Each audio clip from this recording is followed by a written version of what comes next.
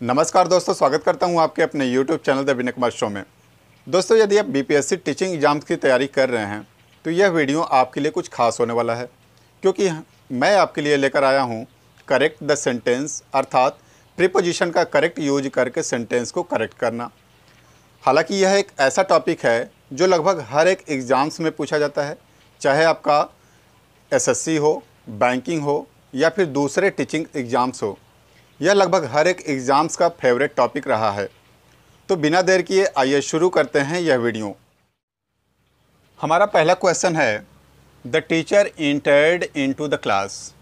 देखिए, इस सेंटेंस में क्या मिस्टेक है? तो इस सेंटेंस में मिस्टेक है इनटू, अर्थात इस सेंटेंस में इनटू का प्रयोग नहीं रहेगा। क्यों? क्योंकि एंटर्ड के बाद कभी भी इनटू का प्रयोग नहीं होता है।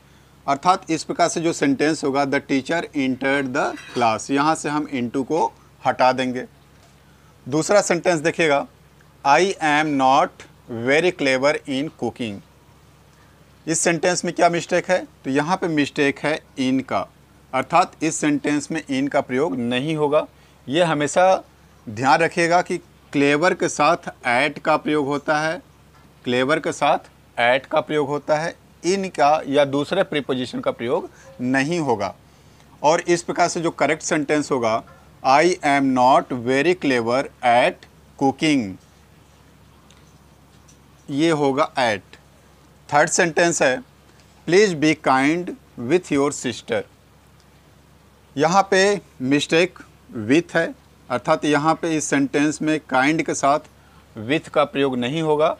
काइंड हो या आपका पोलाइट हो, इन दोनों के साथ विथ का प्रयोग नहीं होता है, बल्कि यहाँ पर टू का प्रयोग होता है।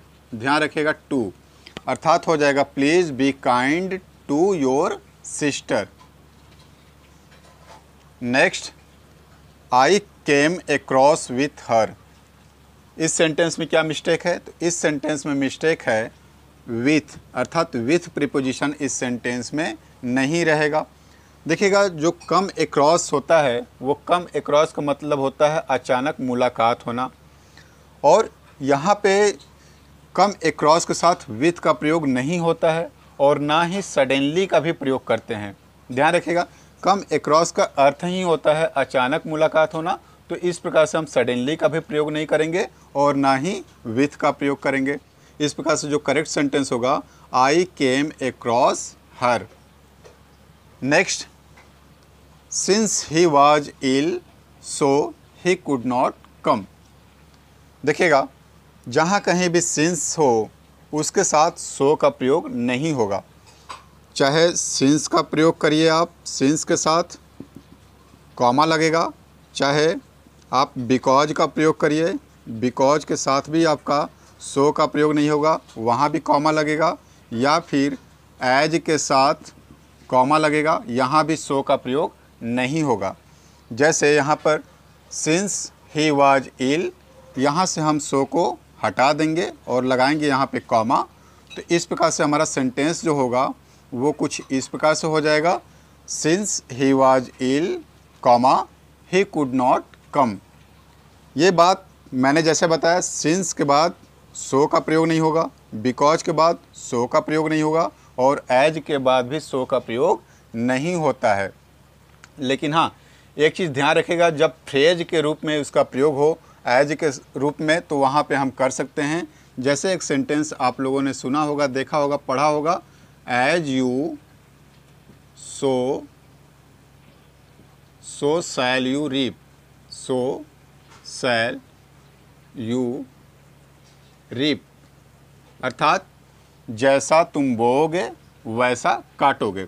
यहाँ पे एज सो का अर्थ है जैसा और वैसा, इसलिए यहाँ पे एज के साथ सो का यूज हुआ है फ्रेज में, लेकिन बाकी के साथ हम एज के साथ सो का प्रयोग नहीं करेंगे। आई होप आपको यह बात समझ में आ गई होगी। नेक्स्ट है, try to be polite with your brother. हमने जस्ट ऊपर क्वेश्चन नंबर 3 में यह डिस्कस किया था कि जहाँ पे काइंड हो या फिर पोलाइट हो, उनके साथ विथ का प्रयोग नहीं होता है, बल्कि क्या होता है, टू का प्रयोग होता है। इस प्रकार से सेंटेंस हो जाएगा, try to be polite to your brother. Next, arms were distributed amongst some beggars, यानी जो भिक्षा है वो कुछ भिखारियों के बीच में बांटी गई। अब यहाँ पे क्या मिस्टेक है, तो यहाँ पे मिस्टेक है एमॉन्ग्स्ट का प्रयोग हुआ है, ये मिस्टेक है। यहाँ पे एमॉन्ग्स्ट का प्रयोग ना होकर एमोंग होना चाहिए, ध्यान रखिएगा एमोंग होना चाहिए। अब यहाँ पे इसके डिफरेंस को समझ लेते हैं। एमोंग और एमॉन्ग्स्ट जो है दोनों का अर्थ बीच में होता है, लेकिन एमोंग का प्रयोग हम वहाँ पे करते हैं जब इसके बाद कोई कॉन्सोनेंट साउंड देने वाला वर्ड हो। जैसे यहाँ पे सम है, कॉन्सोनेंट साउंड दे रहा है, तो इसके पहले हम एमोंग का प्रयोग करेंगे। और एमॉन्ग्स्ट का प्रयोग हम वहाँ पे करेंगे जहाँ पे कोई वॉवेल साउंड देने वाला होगा, उसके पहले हम एमॉन्ग्स्ट का प्रयोग करेंगे। जैसे एक सेंटेंस हम यहाँ पे लिख देते हैं समझने के लिए, pens were distributed, pens were distributed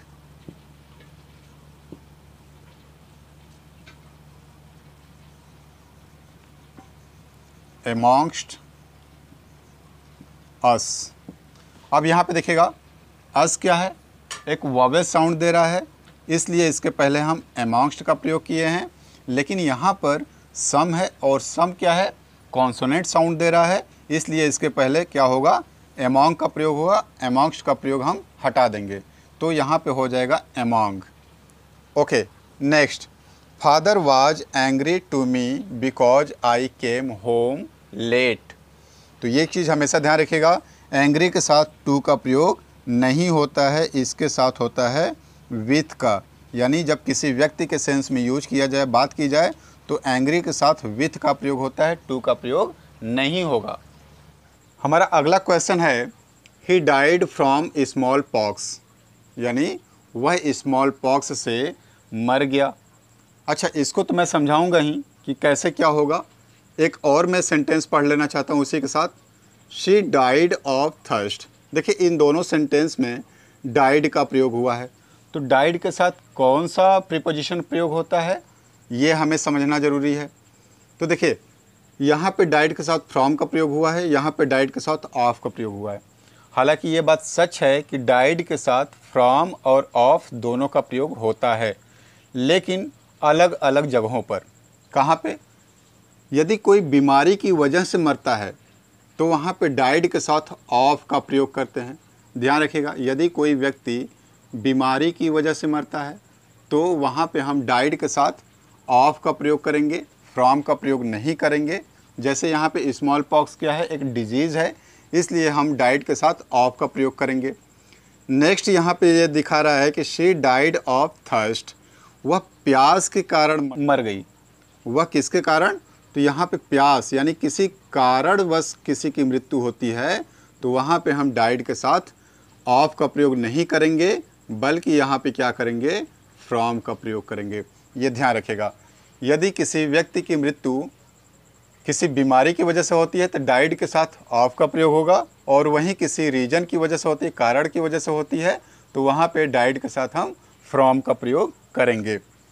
in the same pattern यहाँ पे हम दो एग्जाम्पल एक साथ लेंगे, दो क्वेश्चन एक साथ लेंगे। जैसे पहला है the table is made from would, और दूसरा है paper is made of the wood. इस वाले एग्जाम्पल में भी मेड है और दूसरे वाले एग्जाम्पल में भी मेड है, लेकिन इन दोनों में प्रीपोजिशन वो अलग अलग यूज हुआ है।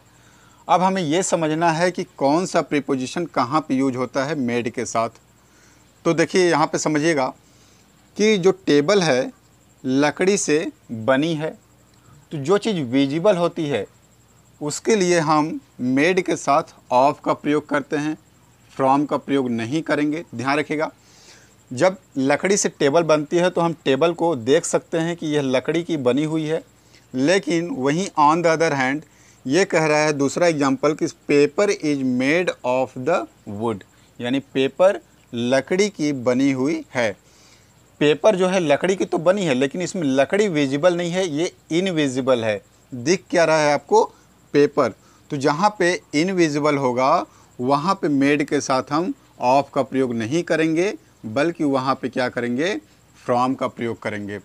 इस प्रकार हम क्या देखते हैं, जहाँ पे जो चीज़ विजिबल होता है वो मेड के साथ, हम ऑफ का प्रयोग करेंगे। यहाँ पे मैं नोट कर देता हूँ विजिबल, ताकि आपको आसानी हो समझना। और यहाँ पे मैं नोट कर देता हूँ इनविजिबल, इनविजिबल। ओके, यहाँ पे जो वुड है, लकड़ी है, वो विजिबल नहीं है, इनविजिबल है, इसलिए मेड के साथ हमने फ्रॉम का यूज किया है। ओके, आई होप कि आपको ये मेड के साथ कौन सा प्रीपोजिशन और कहाँ यूज होता है वो समझ में आ गया होगा। वैसे यहाँ पे डाइड के साथ कौन सा प्रीपोजिशन किस अवस्था में प्रयोग होगा ये भी समझ में आ गया होगा। इसके बाद हम लोग चलते हैं क्वेश्चन नंबर 13 पे।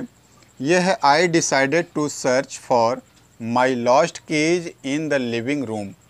अब इसमें कौन सा मिस्टेक है, तो ध्यान रखिएगा इसमें कोई मिस्टेक नहीं है, क्योंकि सर्च के बाद फॉर का प्रयोग होता है। ये जो प्रीपोजिशन फॉर है वो सर्च के बाद ही होता है, तो इस प्रकार से इस सेंटेंस में कोई मिस्टेक नहीं है।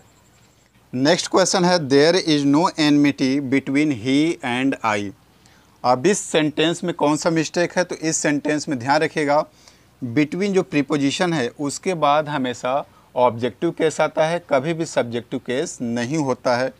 यहाँ पे बिटवीन के बाद ही और आई का प्रयोग हुआ है जो कि सब्जेक्टिव केस है, लेकिन अभी अभी जस्ट मैंने आपको बताया कि बिटवीन के बाद हमेशा ऑब्जेक्टिव केस आता है, अर्थात यहाँ पे ही और आई के जगह पर हो जाएगा हिम एंड मी। और इस प्रकार से जो सेंटेंस होगा वो होगा there is no enmity between him and me. Next question है the boy is afraid with dogs. तो आपको मालूम ही होगा कि अफ्रेड के साथ विथ का प्रयोग नहीं होगा, यहाँ पे होगा ऑफ का प्रयोग, यानी अफ्रेड के साथ ऑफ प्रीपोजिशन का प्रयोग होता है। इस प्रकार से सेंटेंस हो जाएगा the boy is afraid of dogs. दोस्तों आज के वीडियो में बस इतना ही, मिलते हैं अगले वीडियो में एक नए टॉपिक के साथ। तब तक के लिए हमें इजाज़त दीजिए अपने दोस्त विनय को। नमस्कार।